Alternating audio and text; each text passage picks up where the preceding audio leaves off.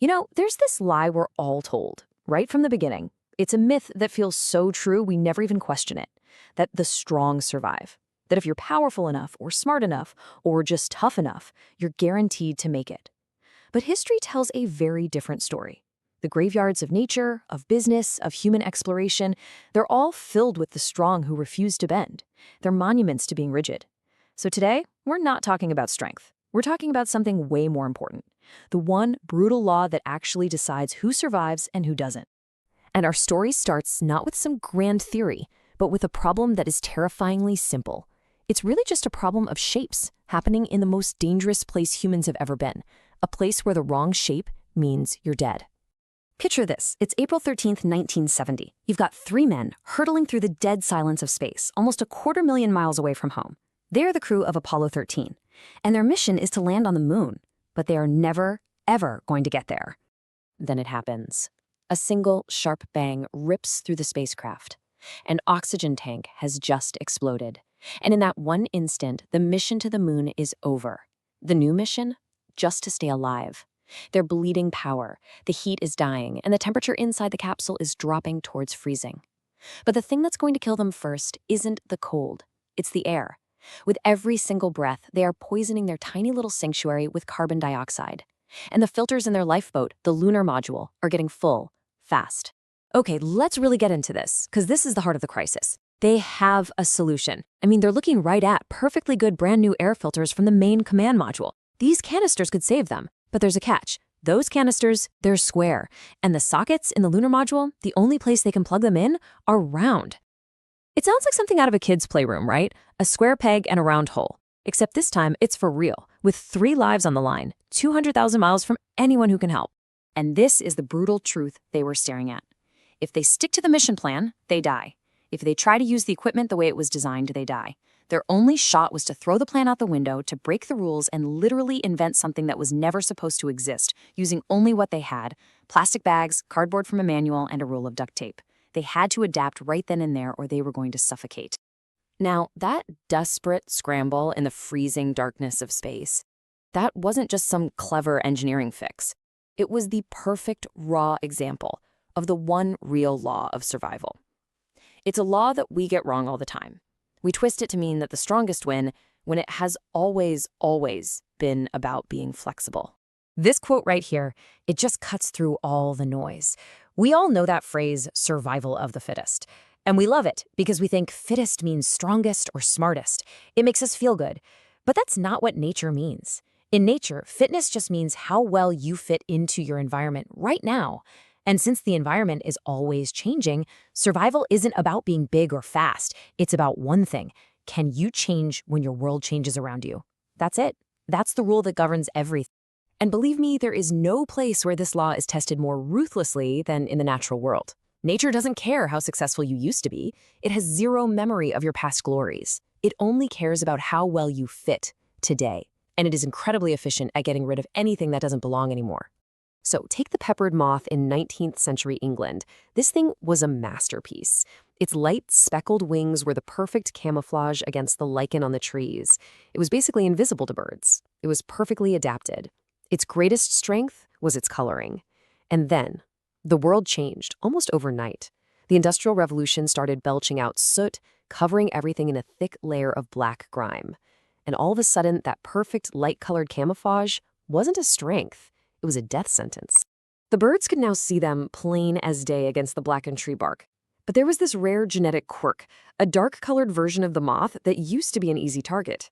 Well, suddenly, that outcast was the one with the perfect camouflage. The result? In just 50 years, the moth population in those industrial areas had completely flipped. 98% were now the dark kind. They didn't choose to adapt. They were forced to. And the ones that couldn't were just gone. Okay, but what if you can't just change your color? What if the environment gets so extreme that no simple change can save you? Well, for that, you have to meet one of the most incredible creatures on the planet, the tardigrade. People call it the water bear. And this little microscopic animal has perfected a totally different kind of adaptation. It's not about changing to fit the world. It's about just waiting for the world to become livable again. Look at what scientists have thrown at these things. It's just insane. They've boiled them. They've frozen them to just a fraction of a degree above absolute zero. They've crushed them with immense pressure. They've even blasted them with the raw vacuum and radiation of outer space. And they survive. So what's their secret?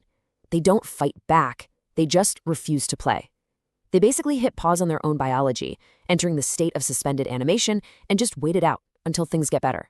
It's incredible. They don't just adapt to their environment, they outlast it. And this same lethal logic, it plays out in the world of business too.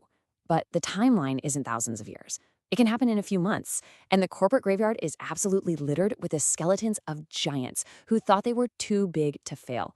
Companies that confused being dominant with being invincible. Let's talk about Kodak. I mean, for most of the 20th century, Kodak wasn't just a company. It was a part of our culture, the Kodak moment. They owned the market. We're talking 90% of all film sales. And here's the crazy, tragic irony. One of their own engineers, way back in 1975, invented the very thing that would kill them, the digital camera. This one quote, it tells you everything you need to know. Kodak's leadership saw the future, and they decided to lock it in a closet. Now, why would they do that? It wasn't because they were dumb. It was because they failed to adapt who they were. They thought of themselves as a film and chemicals company, not an imaging company. They were so focused on protecting their massively profitable film business that they just refused to embrace the new world they had literally helped create. Protecting their present absolutely destroyed their future. Now, let's contrast that with their biggest rival, Fujifilm. They saw the exact same writing on the wall. But instead of digging in their heels, they adapted. They asked themselves a really smart question. What are we actually good at? And the answer wasn't making film. The answer was chemistry. So they took what they knew about collagen, from keeping photos from fading, and pivoted into making high-end cosmetics. They used their imaging tech to become a leader in things like medical x-rays. They didn't just survive the death of film, they thrived because of it. They understood their identity had to change, and they survived. So we've seen biology and business, but the ultimate test of adaptability, that's when you strip away all the technology, all the resources, and you're left with nothing but human will against a world that wants you dead. For that, we have to go to the most hostile place on Earth. In 1915, Sir Ernest Shackleton set out on this grand adventure to be the first person to cross Antarctica on foot. A huge, ambitious plan. But the ice didn't care about his plan. His ship, the Endurance, got stuck solid. For 10 months, 28 men just sat there, trapped, listening to the ice groan and crack, and slowly, violently crush their ship until it finally sank to the bottom of the sea. They were stranded on a floating chunk of ice in the middle of nowhere. The original plan wasn't just useless, it was a joke. The new plan had one goal: get home alive. After months of drifting, they finally reached a tiny, desolate rock they called Elephant Island, and Shackleton did the grim math. Nobody in the world knew where they were. Waiting for a rescue that would never come was a death sentence. Their only shot, and it was a 1 in a million shot, was for a small group to sail 800 nautical miles across the most dangerous ocean in the world to find a tiny whaling station. This is where the story just becomes almost impossible to believe. Shackleton and 5 of his men took one of their tiny lifeboats and tried to rig it for an ocean voyage. They were going to cross the Southern Ocean, a place with hurricane-force winds and waves the size of buildings, in what was basically an open boat. For 17 days, they were slammed by 60-foot waves, constantly having to chip ice off the boat just to keep it from flipping over, their hands frozen completely solid. And against all odds, they made it. They landed on South Georgia Island. But their ordeal wasn't over, not even close. They'd landed on the wrong side of the island, separated from help by a mountain range that no human had ever even mapped, let alone crossed. So, with no real gear, Shackleton and 2 others made a non-stop 36-hour trek over those mountains to finally reach the whaling station. And this is the result of all that relentless, unimaginable adaptation. After almost 2 full years stranded in the Antarctic, after losing their ship, facing starvation, frostbite, total despair, Shackleton came back and rescued every single one of his men. He didn't lose a single soul. 0. So what's the thread that connects all of these stories? The astronauts building a filter out of junk, the moths changing color, Fujifilm becoming a cosmetics company, Shackleton giving up his life's ambition just to get his crew home. In every single case, their original plan didn't save them. The plan was the first casualty. A plan is just a starting point. It's a guess. Real survival, real success, it starts the moment the plan falls apart. Look, these aren't just cool stories from history. This is a playbook for right now. The world is changing faster than it ever has. Entire industries are vanishing, careers are shifting, and the things we thought were certain are just not. In a world like this, being rigid is a death sentence. Adaptability is the only thing that's life. So the question that really matters isn't what's your plan. It's this. When the ice starts crushing your ship, what are you going to do?